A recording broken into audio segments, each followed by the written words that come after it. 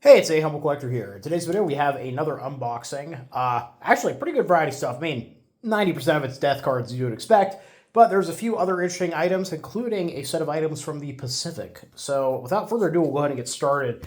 These are the items that came in envelopes. I had to open off screen because the sellers had their names on the front and the back. Lots of really cool cards in here. It's actually been, this is about a month's worth of stuff.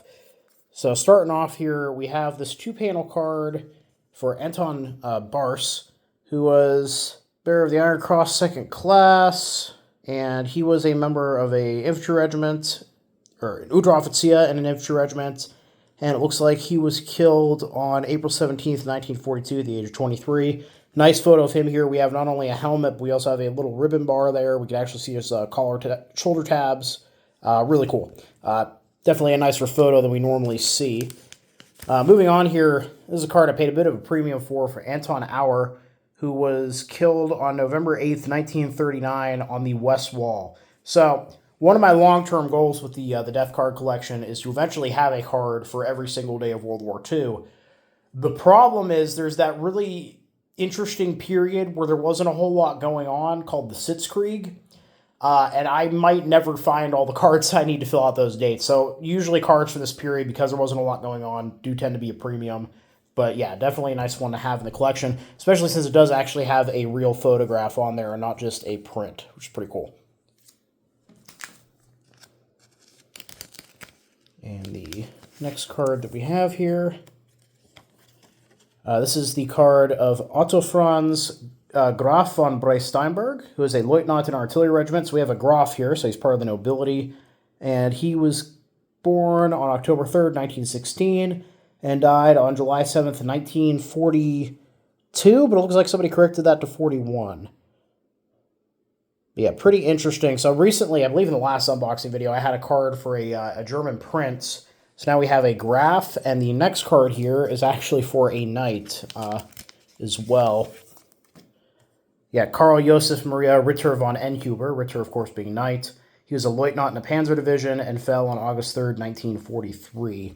And I already checked both those cards under a jeweler's loop. They are definitely period printing.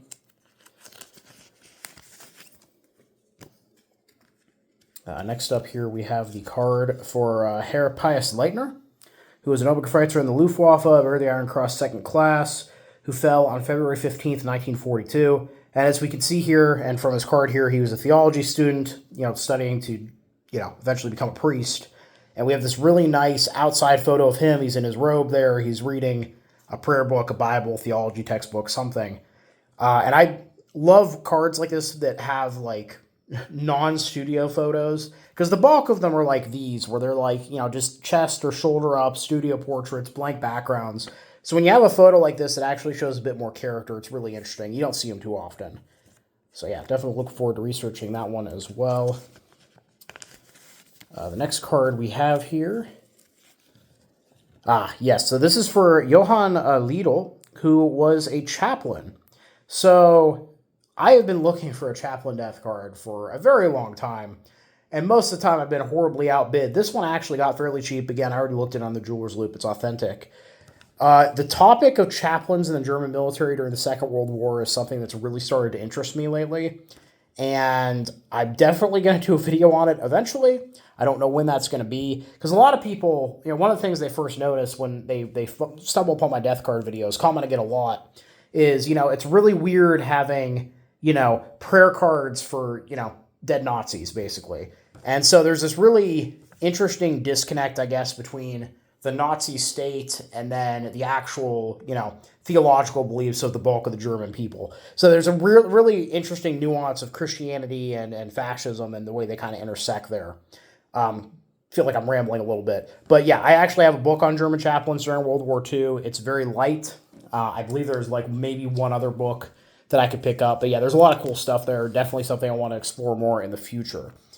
And then the last card here, it's pretty interesting. We have a death card for Josef Eigner, who was an Obergefreiter in infantry regiment, who died November 4th, 1944, in the East at the age of 35. And then Maria Mosier here, who was killed on died February 23rd, 1945, after receiving the last sacraments at the age of 32. Now, normally when you have a soldier and then a woman on a card like this, most of the ones that I've seen, it's the soldier's mother. Usually she passes away in like the late 50s, early 60s, sometime around there. So it's very unusual. We have two different last names here about the same age. So I'm assuming Maria here was his fiance, sweetheart, I don't know. That's just my assumption. It might actually specify in here, but as I've said many times, I can't actually read German. I recognize a lot of words, but I don't actually read it. So I'm not sure if she is or not, but she definitely has some relation to Joseph here, given the fact that they're on the same funeral card. But yeah, so that's all of the ones I had to open off camera. And funnily enough, circling back to the chaplain thing, there's another chaplain card I'm thinking I should be able to pick up today if I play my cards right. That'll hopefully be coming in like, another couple weeks. But anyway, moving on to the first envelope here. It's usually how it goes. I've never seen one before, and then I'm able to get two in like rapid succession.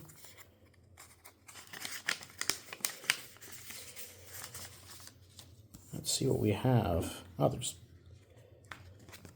some extra stuff in here, maybe? I don't know what this is. It looks like it's a period. It's an interesting photo of Teutoburg Wald. It's from the 50s. Huh. Kind of odd. Anyway, the card here is for Ludwig Plotz, who's an Unteroffizier in a Panzer Artillery Abteilung. And, oh yeah, he was also a priest. So he's bearer of the Iron Cross Second Class, the Wound Badge, the Artillery Assault Badge, which I'm assuming is the General Assault Badge, and the Eastern Front Medal. Born August 24th, 1917. Professed his faith, solemn vows, I'm guessing. September 8th, 1935. Became a soldier September 1st, 1939. Interesting. So he actually became a soldier the first day of the war. I wonder if he volunteered or if he was drafted. I'm assuming volunteered, given the date. And he fell on February 2nd, 1945. So that's incredible, actually. So he joined the military the first day of World War II and was killed February of 1945. So he survived quite literally the entire war. Yes, this is the reason. This is the big reason I bought this card. I remember now. So these are actual excerpts from some of his letters that he sent back from the field. So cool. I've never seen this on a German card before. I have like one or two French cards from World War I that have like excerpts from like field reports and things about the soldier, usually related to the medals they've won. But I've never seen a German card that actually has letter excerpts. So when I get around to doing the video on this, it's going to be super cool because we can actually talk about Ludwig and hopefully I can actually find his information. But then we can also actually hear some of his own words, which is so cool. I wish that was something I was able to do more often. I feel like I'm really nerding out this video, like more so than normal. But yeah, it's good lot of cards. It was a good month for cards when I bought all these. All right, moving on to the next one here. Oh, it looks like they threw in a bonus card as well. That was nice of them. So I like sellers that include the sales invoice for when they do the research for the cards, because then I can actually remember like who's what. So I remember this was a big card. That was one of the reasons I bought it, because they didn't have the scale in the auction listing, but they just said it was big. Let's see here. So this is the death card. Massive, by the way. For comparison, the one that we were just looking at was also a fairly large card. So this is huge. This is for Rudolf Markschlager, who was a Feldwebel in an infantry regiment. A Feldwebel and an officer's candidate, it looks like, an infantry regiment. And he died July 10th, 1942, at the age of 27 on the Eastern Front. Super cool. I've never seen one this size before, actually. That's kind of awesome. And yeah, it looks like we have an excerpt maybe from the letter from his officer that reported his death. I'm not sure. Very interesting. So unfortunately, yeah, so they actually did do the research on him, so I'll be able to find a casualty record. He was a member of the 427th Infantry Regiment. So super cool. Definitely looking forward to doing the further research on that. The two other cards we have here, or three, I guess. They did throw one in. All right, so the next card here, we have a two-panel for Georg Schmidberger, who was killed on September 19th, 1942, or died September 19th, 1942, in Knitz in West Prussia, at the age of 42 and 5 months, which is pretty old, actually. But we can see his uniform there, so definitely a military death, plus the Iron Cross. And one of the interesting things here, they do actually have a casualty record for him. He was a member of Landschützen Battalion Knight 85. So definitely nice. I'll be able to research that one. And then the other one that I ordered from this lot is for Johann Engelmeyer, who is also an Unteroffizier in an infantry regiment, bearer of the Iron Cross Second Class, infantry assault badge, veteran of the campaigns of Poland and France, who died July 21st, 1942, at the age of 29. And he was actually a member of the 199th Infantry Regiment, which is the List Regiment. So the List Regiment's one that I actually collect and look out for. This was the unit that Hitler had served in during World War I, or bore the honors of that unit. Technically, Hitler was in the 16th Reserve Infantry Regiment Bavarian during World War I. But 199th Infantry Regiment took their honors going into World War II. And as such, they're one of a handful of regular Army units that were allowed to wear the cuff title. But they took a lot of casualties. As far as I can tell, there's never been a book written about them, at least during World War II. There's a pretty good one about their actions during World War I. And then the free card that they threw in here is for Josef Schreiner, who is a Fliegerhorst-Feuerwehrmann. I'm guessing that's a firefighter. Might be wrong. And he was killed at the age of 30 and 5 months. But other than that, there's really not any information on him. All right, so moving on here.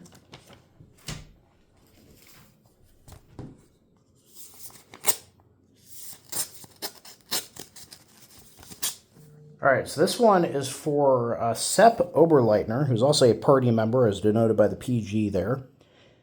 And he was a major, bearer of the, Honor Medal from the First World War, a couple other awards there. He died November 12th, 1944, in a bomb attack in the southeast. I believe he was actually killed in Yugoslavia.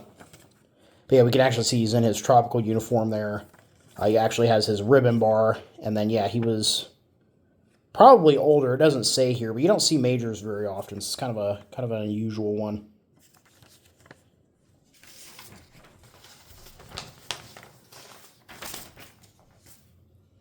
All right, and the last death card envelope we have is right here.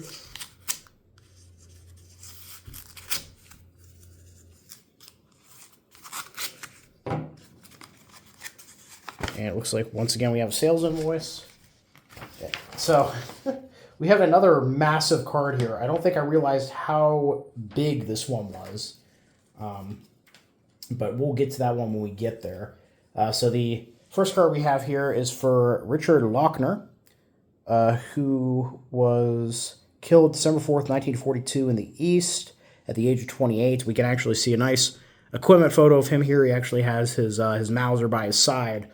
And he was actually a member, this is another seller that does their research, he was actually a member of the 44th Infantry Division, which is the Hoch- und Durchmeister, if I remember correctly, which is another relatively famous unit. So definitely a nice card to have. And then we have a small format card for Franz Kirchberger. He was killed December 6th, 1944 in the East. Yeah, these small format cards, not very common. I mean, to give you a size perspective. Again, this is Richard's card. And he died at a hospital in Poland, per the seller's research. Then we have the card here for Aloy Muckenthaler, who was an Unteroffizier in a Grenadier Regiment, veteran of the campaigns of France, the East, bearer of the Infantry Assault Badge, Wound Badge, and the Eastern Front Medal, who was killed on March 31st, 1944 at the age of 26.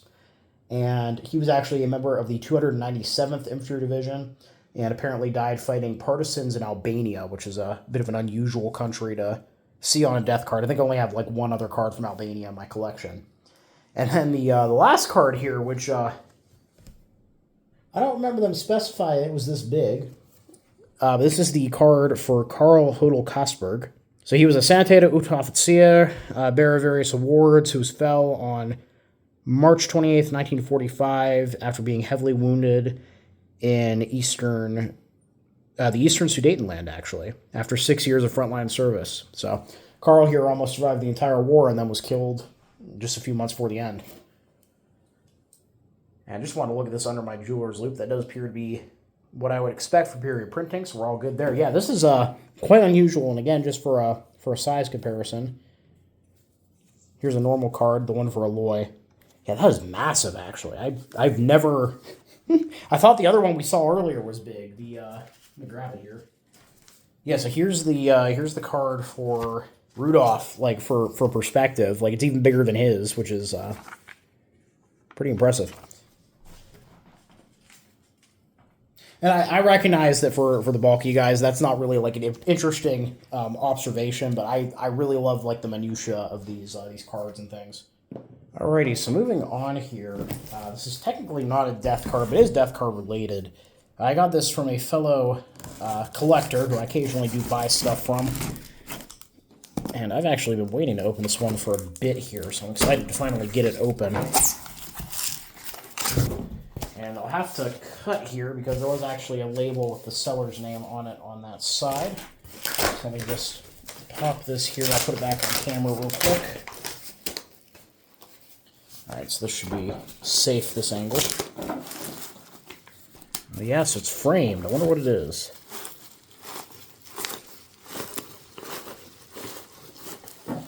Alright, remove that.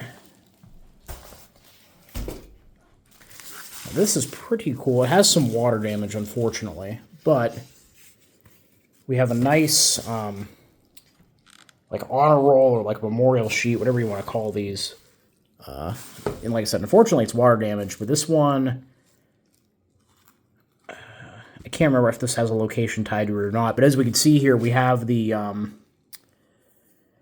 all the fallen and missing up at the top here with all of their names and dates, and then I'm assuming these guys down here, Krieg Steisnemer. I'm wondering if these guys are like the veterans that actually made it back. I'm not 100% sure.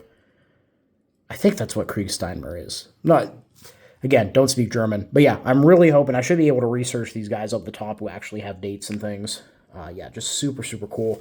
I've seen a couple of these come up, but I've never actually been able to buy one, and I've wanted one for a while. So glad that I was able to finally get a hold of one. And we actually have a good mix of units here. We have Kriegsmarine, we have SS. I'm assuming that, yeah, we have some Luftwaffe here, so we have a good mix. We also have Ellie Grops. She's killed by bombs. Interesting. And yeah, even going down to like the veterans, what I'm assuming is the veterans section here, we have a tropical uniform with a pith helmet, pilot. We have another SS guy, 2 SS guys here, actually. Yeah, super interesting. So yeah, definitely looking forward to researching that. That's going to be a video. That's definitely going to be a video at some point. So getting the last box here, this is something I want at auction, and it's actually, frankly, too big to fit on the dining room table, so I'm going to relocate real quick. So as promised, we've relocated to my living room because there was no way I was going to be able to fit this on the table and get it in frame. So I won this at an auction. This was kind of like a last minute, I'll throw a bid on it and see what happens. Ended up winning it. That does happen occasionally. And I don't have a ton. Why would it be packing peanuts? Why would you do that? I don't understand. Anyway. Oh gosh, that's gonna be sucky. Hold on. I almost have to open this off to the side now just to try to avoid getting packed. They're already getting everywhere. It's 2024. I don't know why you would do this, but alright.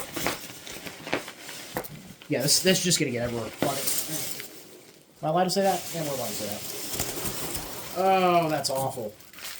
That is actually awful. That's disgusting. So for context, yeah, that's just it's all packing peanuts. I don't know why. Man, I'm gonna have to clean all this up now. This sucks. All right, well,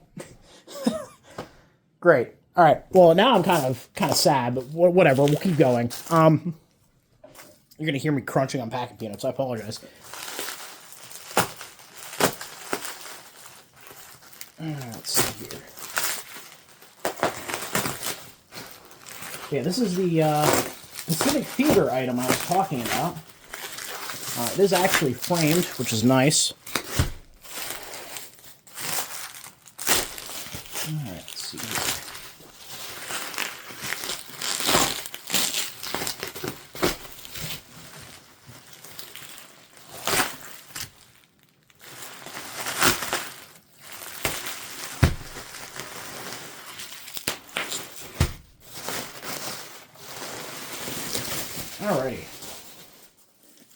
Alrighty. So let's see. It doesn't sound like the grass. It doesn't sound like the glass broke, which is always nice. Why would why would you use duct tape onto the back? Who packaged this? Obviously, I don't know. I don't know, man. Not how I would have done it. Whatever. Because see, now it's ripping up the backing. Granted, I could have been more careful there. That's on me. Okay. Moment of truth. And of course, it has the auction receipt right on the glass here. Let me pull that off. Okay. I think we're good to go. But yeah, we have this really neat frame here. This was originally a page out of a scrapbook, as you can see. Now, the reason I picked this up, A, I don't have a lot of stuff from the Pacific, but B, the veteran that brought this stuff back actually labeled it, which is really cool. And unfortunately, it looks like some of it's gotten shaken up over the years, actually. Because I think these were further out in the auction pictures. I might have to pull the back off and kind of like readjust this at some point. But one of the cool things, if we just zoom in and go through here, so something about Saipan there, the D+1 taken from safe while laying FO line on way to front line with Thedia, who was killed on Iwo Jima. Okay, so this piece of money here, it looks like this vet brought back from Saipan. If we go down to the bottom here, we have a picture of Mount Fuji used on Japanese money. In this case, the 50 yen note that was liberated on D+10 there. We have a couple Japanese photographs, which presumably he picked up also in the Pacific. And then the two patches here, we have insignia from the cap of a dead Japanese officer and a Japanese arm insignia. I'm assuming that's artillery of some kind, but not 100% sure. And then we have some more Japanese photos at the top there. But yeah, very cool. So we have a set of... Unfortunately, there wasn't any information on whose estate this came out of or who this guy might have been. I'm assuming since we see Iwo Jima and Saipan mentioned, probably a Marine veteran of some kind. But yeah, the fact that we have battlefield pickup souvenirs, again, you can't really verify any of the provenance, but it seems like these are actually vet pickup. He had them pasted into what looks like it was an album at some point based off the holes on the side. And yeah, somebody eventually framed it. So very cool. Like I said, I don't pick up a lot of Japanese stuff. It's a little bit outside my wheelhouse. So when I saw this, like I said, threw a bid on it and got very lucky. So definitely happy to have it. I don't know where I'm going to hang it up or if I'm going to hang it up. Not 100% sure yet, but definitely going to find somewhere for it. But yeah, overall, pretty good haul between that and the memorial sheet that I have and then all of the death cards that we got. Definitely a good set for this unboxing. So I hope you guys all enjoyed the video. Please leave a comment down below. Love hearing from you. Thank you all for watching. Happy collecting, and I'll see you all again very soon.